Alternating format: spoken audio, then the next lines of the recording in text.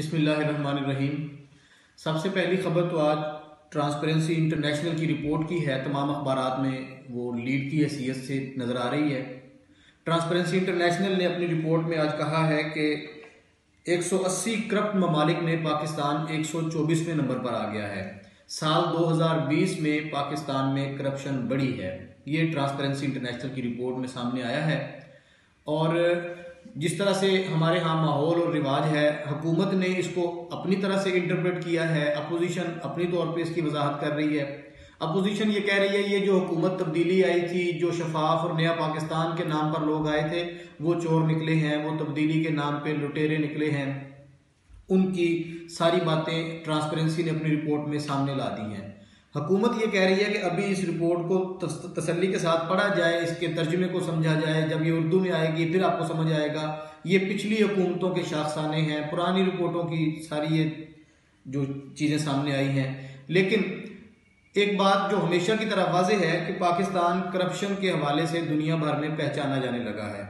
उस पर हमें बतौर कौम सोचना पड़ेगा। हुकूमत और अपोजिशन का अपना अपना मौक़िफ़ ज़रूर है, लेकिन जब भी इस तरह की कोई रिपोर्ट आती है, हमारा शुमार बड़े करप्ट ममालिक में होता है। ये हमारे लिए एक अलमिया भी है और सवालिया निशान भी है। खैर, बात करते हैं दूसरी छोटी बड़ी खबरों की। अज़रबैजान ने पाकिस्तान को ऑफर की है तेल और गैस उधार देने की। ये पाकिस्तान के वो तबके जो फाइनेंस के साथ मुतालिक हैं और जो मईशत को देख रहे हैं, वो समझते हैं कि ये बड़ी खबर है और हमें ठंडी हवा की तरह आसानी नजर आ रही है इसमें कि पाकिस्तान को थोड़ा सा रिलीफ मिलेगा तेल और गैस के लिए अज़रबैजान से जो ऑफर आई है। कुवैत के नायब वज़ीर ख़ारजा ने शेख रशीद साहब से कल मुलाकात की है। वफाकी वज़ीर दाखिला शेख रशीद से कुवैती नायब वज़ीर ख़ारजा ने कहा यह जा रहा है कि इस मुलाकात में और भी उमूर ज़ेर बहस आए हैं, बातचीत हुई है। जो कुवैत के वीज़ों की पाबंदी है पाकिस्तानियों पर, उस पर थोड़ी बर्फ पिघली है और इम्कान नज़र आने लगा है कि हो सकता है मुस्तकबिल करीब में ये वीज़ों की पाबंदी हट जाए और कुवैत जाने के लिए पाकिस्तानी जो बड़ी तादाद में मुंतज़िर रहते हैं और वहाँ पर बहुत ज़्यादा हमारी लेबर और बिजनेस पाकिस्तानियों का है, वो रास्ते दोबारा खुल जाएंगे। और इसके बाद मैं आज आपको पेशावर और खैबर पख्तूनख्वा लिए चलता हूँ। कल वहाँ पे परवेज़ खटक साहब जो वफाकी वज़ीर दिफा हैं और वफाकी वज़ीर अली मोहम्मद खान साहब और स्पीकर कौमी असम्बली असद कैसर साहब, इनकी काफ़ी एक्टिविटी देखी गई है। पहले ये पेशावर शहर में जो BRT का मनसूबा है वहां पर गए हैं, उसे विजिट किया है। तीनों वफाकी वज़रा और दीगर लोगों ने BRT में सफ़र किया है, लोगों से मिले हैं। अखबारात की खबरें ये बता रही हैं कि वहां पर बड़े पब्लिकली ये वज़रा तो आवाम के साथ घुल मिल गए, पब्लिक इंटरेक्शन हुआ। वहां एक सहाफ़ी ने सवाल किया, जो BRT का एक हमारे सामने जनरल परसेप्शन है करप्शन के हवाले से, तो एक सहाफ़ी ने सवाल किया परवेज़ खटक साहब से उनकी करप्शन पर, तो उन्होंने बड़ा वाशगाफ अल्फाज में चैलेंज दिया है कि मुझ पर करप्शन साबित करने वाला मुझे गोली मार दे। परवेज़ खटक वफाकी वज़ीर दिफा ने कहा है कि अगर मुझ पर करप्शन साबित हो जाए तो मुझे गोली मार दी जाए। ये तीनों हुकूमती लोग वफाकी वज़रा और स्पीकर कौमी असम्बली उसके बाद पेशावर के दीगर इलाकों में भी गए हैं। एक खबर ये भी है कि पेशावर और नौशहरा के दरमियान गंधारा सिटी के नाम से एक नया शहर बसाया जा रहा है और इसे कहा जा रहा है कि वज़ीर आज़म के विजन के मुताबिक इस नए शहर को बसाया जाएगा, जहाँ पे सारा इंफ्रास्ट्रक्चर तमीर किया जाएगा, सारी ज़रूरी शहरी सहूलियात फराहम की जाएंगी। अगर आप लोगों को याद हो तो लाहौर में भी रावी के नज़दीक इसी तरह का एक नया शहर बनाने का मनसूबा, बल्कि वज़ीर आज़म उसका इफ्तिताह भी कर चुके हैं। अब पेशावर और नौशहरा के दरमियान गंधारा सिटी के नाम से नया शहर बसाया जा रहा है। उसके बाद ये तीनों लोग वफाकी वज़ीर परवेज़ खटक, अली मोहम्मद खान, असद कैसर साहब, स्पीकर कौमी असम्बली, ये तीनों लोग नौशहरा में गए हैं। अकोड़ा खटक मौलाना समीउल हक मरहूम उनके मदरसे में उनके बेटे मौलाना हामिदुल हक से मिले हैं। मौलाना हामिदुल हक से बड़ी तफसीली इनकी मुलाकात हुई है और गिले शिकवे हुए हैं। अब मैं इस मुलाकात का अहवाल आपके सामने रख रहा हूँ, आप इसे मौलाना फजलुर रहमान के तनाजुर में देखिएगा। सूबा खैबर पख्तूनख्वा में और देवबंद मकतब फ़िक्र के मदारिस में मौलाना फजलुर रहमान का जो उसूल रसूख है उसे ज़ायल करने के लिए और उसका मुतबादल सामने लाने के लिए मौलाना हामिदुल हक से मुलाकात की गई है हुकूमत की वज़रा और स्पीकर साहब की जानिब से। उन्होंने ये कहा गया है कि हमारे दरमियान जो खलिश थी, जो खलीज थोड़ी बढ़ गई थी, अब उसे ख़त्म किया जाए। हुकूमत चाहती है कि मौलाना समीउल हक के बेटे और उनकी जमात जमीयत उलमाए इस्लाम सीन से अपने रवाबित बहाल करें।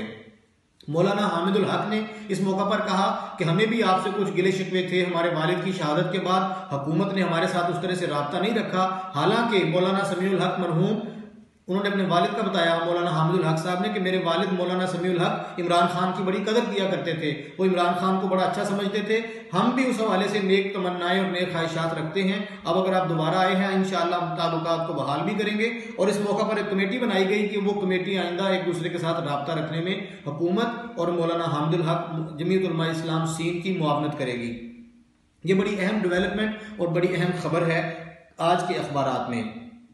अगर जिक्र करें जी कॉलमों का, तो रोजनामा दुनिया में रऊफ क्लासरा साहब का कॉलम है नए हाई जैकर्स के उन्वान से।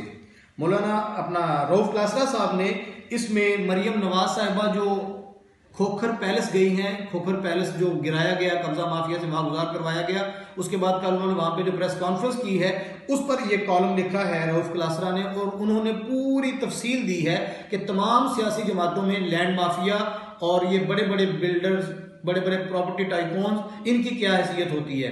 रऊफ क्लासरा ये कहते हैं कि हमारा पॉलिटिकल कल्चर ऐसा बन गया है कि बड़े बड़े खानदान जब माल और दौलत इकट्ठा कर लेते हैं, फिर उनकी ख्वाहिश होती है कि हमारा एक आध बच्चा असेंबली में पहुंचे, फिर वो पार्टियों में इन्वेस्ट करते हैं, लीडरान पर इन्वेस्ट करते हैं, लोगों के खर्चे उठाते हैं, इस तरह से उन्हें टिकट मिलते हैं और इसी तरह से वो ब्यूरोक्रेसी में और हुकूमती इदारों में अपनी जगह बनाते हैं। उसके बाद जी रोजनामा 92 में मारूफ स्कॉलर डॉक्टर ताहिर रजा बुखारी ने बहुत खूबसूरत कॉलम लिखा है। डॉक्टर साहब हमेशा बड़ा अच्छा लिखते हैं। आज ताहिर रजा बुखारी साहब ने लिखा है शहर मदीना, शहर नबी के हवाले से। अभी हालिया दिनों में आलमी इदारा सेहत की एक रिपोर्ट आई है कि मदीना तैयबा दुनिया का सेहतमंद तरीन शहर है। ये आलमी इदारा सेहत ने डिक्लेयर किया है। डॉक्टर ताहिर रजा बुखारी साहब ने अपने कॉलम का आगाज ही यहाँ से किया है कि आलमी इदारा सेहत ने कोई एहसान नहीं किया या बहुत बड़ी फैयाजी नहीं की कि मदीना तैयबा को दुनिया का सेहतमंद तरीन शहर करार दे दिया है, बल्कि उन्होंने ये आज किया है कई सदियों बाद। ये हुजूर अलैहिस्सलातु वस्सलाम की इस शहर मदीना में आमद के साथ ही इसे ये हैसियत हासिल हो गई थी। इस मदीना तैयबा की खाक को हमेशा से ये अफजलियत हासिल है कि ये शिफा है। और फिर उन्होंने हजरत अल्लामा इकबाल का हवाला दिया है कि इकबाल ने आज से 100 साल कबल अपने अशार में ये कह दिया था कि मदीना तैयबा एक शिफा वाला एक सेहतमंद शहर है। और इस तरह से पूरी डिटेल लिखी है। बड़ा जबरदस्त कॉलम है ताहिर रजा बुखारी साहब का। इसके साथ जनाब एक खबर भी ये है कॉलम के हवाले से, शाहीन सहबाई जो हमारे पाकिस्तान की सहाफिक दुनिया का बड़ा नाम है, वो रोजनामा 92 से वाबस्ता हुए हैं। शाहीन सहबाई साहब 92 में कॉलम भी लिखा करेंगे, रात को वहां पे ये टॉक शो भी किया करेंगे। रोजनामा जंग में डॉक्टर अताउर रहमान साहब ने कॉलम लिखा है आला तालीम में हैरत अंगेज पेशरफ्त। उन्वान से वाज़ेह है डॉक्टर साहब की शख्सियत भी ज़ाहिर तालीम और टेक्नोलॉजी से वाबस्ता है। उन्होंने बहुत ज़बरदस्त कॉलम लिखा है तलबा को और असातिज़ा को और हमारे तालीमी तबकों को ये पढ़ना चाहिए आला तालीम में हैरत अंगेज पेशरफ्त जो इन दिनों में हुई है। रोजनामा नई बात में नौजवान सहाफ़ी नजम वली खान साहब ने ऑनलाइन एग्जाम्स क्यों, स्टूडेंट्स के लिए ये कॉलम बड़ा इंपॉर्टेंट है। ये जो यूनिवर्सिटीज़ में आजकल ऑनलाइन एग्जाम्स के मुतालबे हो रहे हैं तलबा की तरफ से, इस पर नजम वली ने जरा तनकीद की है। वो कहते हैं कि ये तलबा को आसानी देने का जो रास्ता निकाला जा रहा है, दरअसल ये तालीमी सिस्टम का बेड़ा गर्क करने के मुतरादिफ है। अब अगर तालीमी इदारे खुल गए हैं तो ऑनलाइन एग्जाम का कॉन्सेप्ट क्यों है, इसका क्या तुक बनता है। ऑनलाइन एग्जाम्स में मेयार इम्तिहान का वो नहीं रहेगा जो प्रॉपर कॉलेज या यूनिवर्सिटी में बैठ के इम्तिहान दिया जाता है। इस पर उन्होंने बहुत से सवाल उठाए हैं और उनके जवाब दिए हैं। नजम वली खान का ये कॉलम है। ये चंद खबरें और कॉलम थे आज की।